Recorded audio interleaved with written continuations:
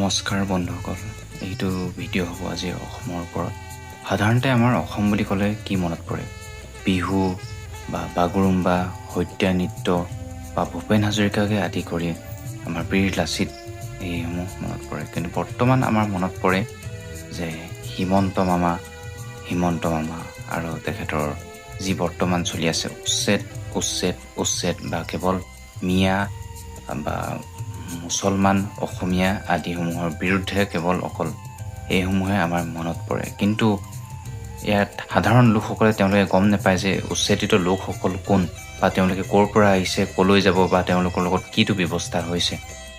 সঁচাই বাৰু তেওঁলোক উচ্ছেদিত হোৱা লোকসকল মিয়া নেকি বা তেওঁলোক বাংলাদেশৰ পৰা অহা নেকি? যদি বাংলাদেশৰ পৰা অহা তেনেহ'লে এই বিষয়ে মই বৰ্তমান সাংবাদিক বা বিভিন্ন নিউজ চেনেলসমূহক মই অনুৰোধ জনালোঁ যে তেওঁলোকে সত্যতাটো দাঙি ধৰক, যাতে সাধাৰণ মানুহে গম পায় যে যিসকল উচ্ছেদ হৈছে বা উচ্ছেদকাৰী হৈছে সেই লোকসকল সাধাৰণতে বাংলাদেশী হয়নে, অসমীয়া হয়নে, নে মিয়া হয়নে, কি হয়, এইসমূহৰ বিষয়ে জনসাধাৰণক জ্ঞানটো দিয়াৰ প্ৰয়োজন আছে। আৰু তেওঁলোকক মই অনুৰোধ জনালোঁ যে এই সাধাৰণ মানুহলৈ এই বাৰ্তাসমূহ পঠিয়ায়।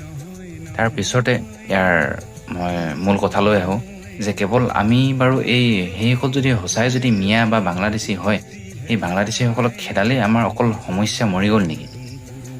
হয়তো আপোনালোকে ভাবিছে নিশ্চয় হয় কিছুমানে, বা কিছুমানে ভাবিছে নিশ্চয় নহয়, বা ইয়াত অসমখন কেৱল ইয়াত হিন্দু মানুহৰে নেকি?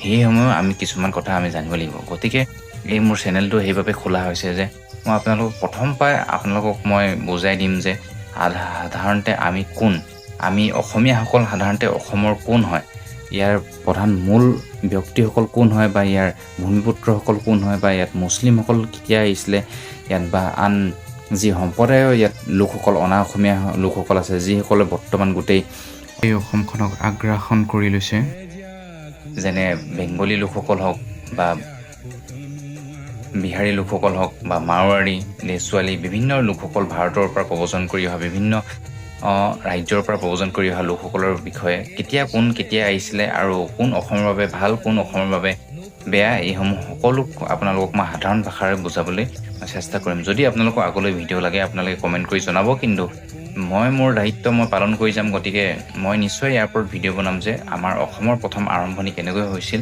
আৰু এতিয়া কি পৰ্যায়ত আছে সকলো সাধাৰণ মানুহে বুজি পোৱাকৈ। তেনেহ'লে জয় আই অসম। আজি ভিডিঅ'টো ইমানেই।